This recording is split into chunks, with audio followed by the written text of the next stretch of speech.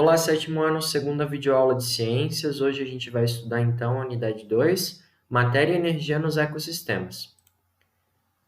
Mas só lembrando que na aula passada a gente fez uma revisão da unidade 1 e vocês receberam como um trabalho para fazer responder algumas perguntas e me mandar através do meu e-mail. Se você ainda não fez essa atividade, você deve saber que o prazo de entrega é até o dia 14 de abril. Os resultados serão divulgados no dia 15. Se você já enviou, ok. Se não enviou ainda, não esquece a data. Na aula de hoje, a gente vai utilizar a apostila e a gente vai trabalhar das páginas 26 até a página 32. Então, abre aí a sua apostila e depois que tiver aberto, continua o vídeo. Então, na página 26 da apostila, vocês têm o título da nossa unidade e no centro da página tem uma figura. Essa figura é de uma teia de uma aranha. De acordo com o físico e escritor Capra, todas as formas de vida estão em conexão. Esse sistema extremamente complexo é chamado por ele de teia da vida. Agora vocês respondam essas três perguntas aqui mesmo na apostila. Então, a relação entre o que Capra falou e a imagem, qual é a relação? Exatamente, isso é uma teia de uma aranha e ele falou teia da vida, porque as duas são teias. Se a gente pegar um fio da teia da aranha e a gente puxar, o que acontece com os demais? É provável que eles se soltem, exatamente. Em relação à última pergunta, o que aconteceria se uma espécie desaparecesse? A mesma ideia do fio da teia da aranha. Se tirar um fio, a teia pode desabar. E no caso de uma espécie na natureza, com certeza vai influenciar as outras. E é isso que a gente vai estudar nessa unidade. Então vamos para a página 27. Nós temos aqui os objetivos da unidade e logo abaixo tem um texto sobre cadeias e teias alimentares. Então você deve fazer a leitura de toda a página número 27. Daqui a pouquinho, quando você terminar de ler, você volta aqui para o vídeo. Pausa o vídeo e faz a leitura.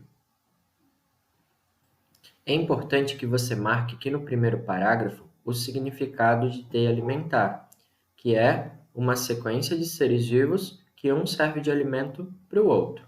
Marca isso com seu marca-texto com sua caneta. Então, o capim, por exemplo, serve de alimento para a capivara e a capivara serve de alimento para a onça, e assim sucessivamente. E como todo esse processo de produção de alimento começa na natureza? Né? Se a planta é comida pela capivara, mas o que a planta fez? A planta fez a fotossíntese.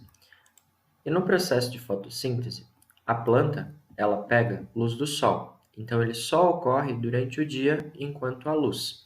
A planta tem furinhos embaixo das suas folhas, por onde entra gás carbônico. Com a água que ela pegou através da raiz, ela molha esse gás carbônico e ele acaba ficando hidratado. Então, fica um carbono hidratado, chamado de carboidrato, que aqui nesse esquema está representado com o nome de glicose. Glicose, açúcar, carboidrato, é tudo a mesma coisa. Então, no processo de fotossíntese, a planta pega o gás carbônico através das folhas, mais a água através das raízes e através da luz que ela capta por pigmentos fotossintéticos, ou seja, a clorofila, a parte verde da folha, é nada mais nada menos do que uma antena parabólica que capta a luz e permite esse processo.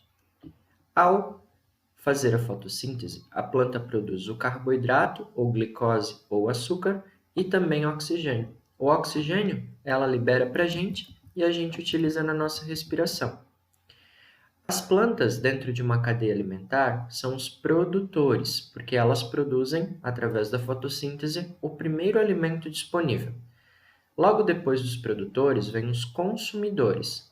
Nesse esquema aqui em cima, o consumidor seria a capivara e também a onça, porque eles comem. Os seres que comem são os consumidores. E os seres que devolvem os nutrientes para o solo são chamados de decompositores.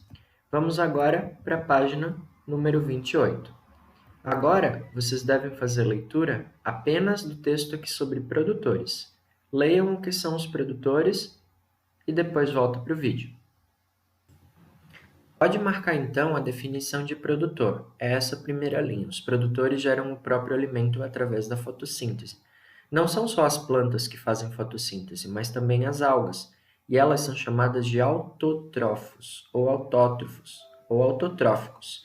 Esse termo significa que o ser vivo ele é capaz, ele é sozinho, ele é autônomo, ele é automático, ele produz sozinho o seu alimento. Professor, e as plantas carnívoras? Eu sempre escuto essa pergunta. As plantas carnívoras, elas comem ou elas produzem? Elas são consumidores ou são produtores? Então, as plantas carnívoras, embora elas pareçam, que comem o seu alimento, na verdade, elas são produtores também. A diferença é que nem todos os sais minerais que ela precisa, ela consegue pegar através das raízes dela, porque o solo que ela vive é um solo pobre em nutrientes. Então, a forma que ela utiliza para obter sais minerais que qualquer planta pega através das raízes, no caso da planta carnívora, ela pega através das suas folhas ou flores. E daí, ela retira esses sais minerais de algum animal que fica preso lá. Agora você pode ler o texto sobre os consumidores. E quando acabar a leitura, você volta aqui para o vídeo. Pausa o vídeo, leia o texto consumidores aqui e depois volta para cá. Então, os seres consumidores são aqueles que necessitam de outros organismos para obter energia e não produzem o seu próprio alimento, e a gente chama eles de heterótrofos. Marquem esse parágrafo. Aqui nós temos os consumidores primários, secundários, só lembrando que isso significa a ordem de alimentação. Então, quem come primeiro numa cadeia alimentar é o consumidor primário. O que todo consumidor primário come? Ele come um produtor. Então, o consumidor primário é aquele que come o produtor. E o secundário é aquele que come o primário, e assim sucessivamente. De acordo com a alimentação, o consumidor ele também pode receber uma outra denominação. Por exemplo, nesse quadrinho roxo, nós temos a definição do ser humano. O ser humano ele é onívoro. Por que onívoro? Porque ele come tanto alimentos de origem animal quanto vegetal. Se um animal, por exemplo, um sapo, que só come insetos, ele só come animais, então ele é carnívoro. E se um ser vivo, por exemplo, uma vaca, que só come capim, ela é um ser herbívoro. Então, herbívoro é quem come só plantas, carnívoro quem só come animais, e quem come os dois é onívoro. Agora, vocês podem se dirigir para o alto da página número 28 e ler o texto sobre os decompositores. Após a leitura do texto, volta para o vídeo. Então, os principais decompositores são os fungos e as bactérias. E a função deles é essa daqui, ó. Estes devolvem os sais minerais que estarão disponíveis para serem utilizados pelas plantas. Se não existissem fungos e bactérias, as plantas retirariam todos os sais minerais do solo e, quando isso acabasse, todos os seres vivos morreriam. Então, os decompositores são muito importantes porque eles devolvem para o solo aquilo que já foi tirado para que possa ser utilizado de novo, para que ocorra uma reciclagem dos nutrientes. Observem agora essa cadeia alimentar aqui. Ela contém alguns componentes. O produtor, que são as plantas, o consumidor primário aqui que come a planta, o sapo que come o primário, a serpente, que é o terciário, que come o sapo, que é o secundário, e assim sucessivamente. Essas flechas vermelhas indicam a direção do alimento. No caso, começa através das plantas na fotossíntese e vai passando pelos consumidores. E o que a flecha azul representa?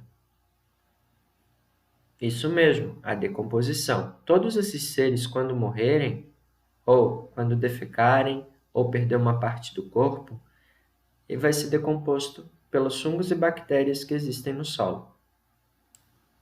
Agora a gente vai para a página número 29. Vocês podem fazer a leitura de toda essa página até antes do quadrinho laranja. Toda a parte superior da página vocês devem fazer a leitura. Depois da leitura, eu volto com o vídeo. Esse esquema aqui é bastante importante porque ele mostra o fluxo de energia. A planta, aqui representada com o nome de capim, ela faz fotossíntese. Ela pega a energia do sol. Tudo que compõe o capim vai ser consumido pelo inseto. Porém, o inseto ele não é capaz de pegar toda aquela energia que o capim retirou da fotossíntese. Porque o inseto ele vai, por exemplo, defecar, produzir cocô, ele vai urinar. Então, uma parte dessa energia que ele comeu, ele não vai aproveitar, não vai fazer parte do corpo dele. A mesma coisa vai acontecer quando ele for consumido por um sapo. Boa parte da energia vai ser perdida, porque o sapo também vai defecar, ele também vai urinar. O sapo, quando for consumido pela serpente, vai ocorrer a mesma coisa. A serpente pelo gavião, a mesma coisa. Então, ao longo da cadeia alimentar, o nível de energia vai diminuindo de um ser vivo para o outro. Por isso que, geralmente, o consumo de alimento tem que ser maior. Então, o gavião ele tem que comer mais do que a serpente que ele comeu. A serpente tem que comer mais do que o sapo que ele comeu. Por quê? Justamente porque a energia vai sendo perdida. O inseto tem que comer bastante capim para compensar aquilo que ele perdeu. Aqui nessa parte inferior, no centro da página, aliás, nós temos a definição de teia alimentar. O que é teia alimentar? É o conjunto das cadeias alimentares interligadas. Por quê? Porque na natureza não é assim, um ser vivo que é comido pelo outro, que é comido pelo outro, para o outro. Na natureza existem várias cadeias alimentares. Então aqui nós temos um exemplo disso. Por exemplo, o capim pode servir de alimento para o cervo do Pantanal. O cervo do Pantanal ele pode servir de alimento para o gavião. Só que o gavião não come só o cervo, ele também pode se alimentar da jararaca, ele pode se alimentar da arara azul. Então, na natureza, nós temos várias cadeias alimentares e o conjunto delas a gente chama de teia alimentar. Cada componente de uma cadeia alimentar a gente chama de nível trófico ou nível alimentar. Então, por exemplo, a gramínea está no nível trófico dos produtores.